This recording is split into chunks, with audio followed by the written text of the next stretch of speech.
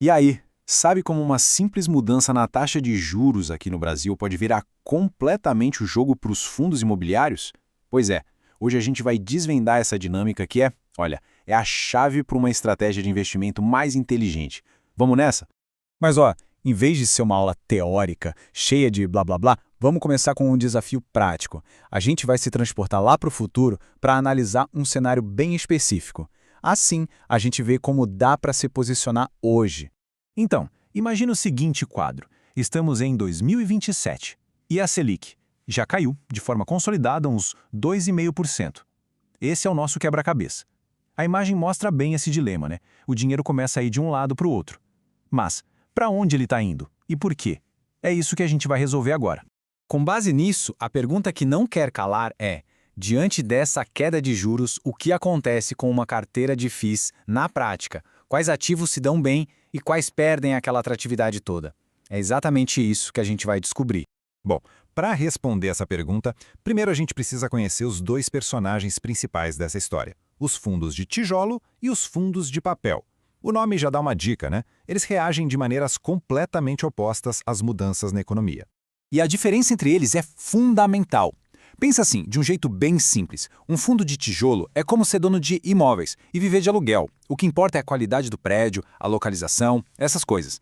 Agora, um fundo de papel é como ser o banco que financia o setor imobiliário, sabe? O ganho vem dos juros dos empréstimos.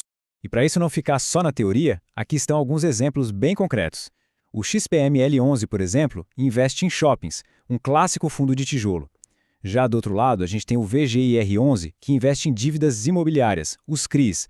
Ele é um típico fundo de papel que rende com base no CDI, que é uma taxa que anda coladinha com a Selic. Agora sim, vamos para o ponto crucial.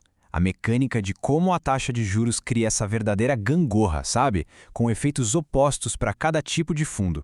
É aqui que a estratégia começa a tomar forma de verdade. E aqui está a mágica, a inversão. Dá uma olhada na tabela.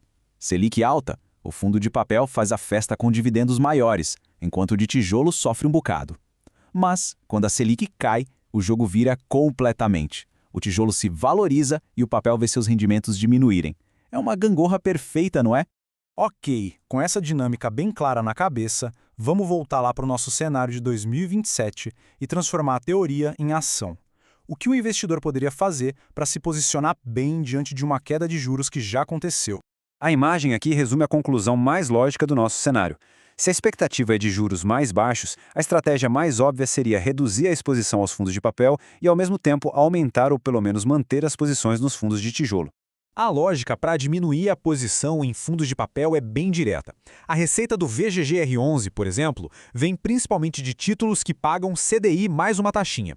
Se o CDI cai, o rendimento que vai ser distribuído para o cotista cai junto. Simples assim. E do outro lado da gangorra, por que o tijolo se beneficia tanto? Bom, juros menores significam crédito mais barato, o que aquece o consumo, e isso é ótimo para os shoppings do XPML11. E tem mais. Quando a renda fixa paga menos, os investidores correm para ativos reais, o que valoriza o preço das cotas dos imóveis. Mas aí vem a pergunta de 1 milhão. Como saber se não é tarde demais? O mercado sempre tenta se antecipar, né? Por isso, investidores mais experientes usam uma métrica específica para farejar oportunidades antes que todo mundo perceba.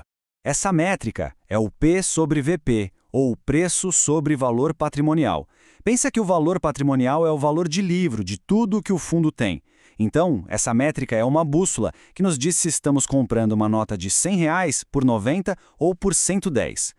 Um P/VP abaixo de 1 significa que o fundo está com desconto no mercado, uma pechincha, talvez. E essa tabela aqui é quase um mapa do tesouro. A grande oportunidade está em encontrar fundos de tijolo, como o XPML11, com PVP perto ou até abaixo de 1 antes da virada do mercado.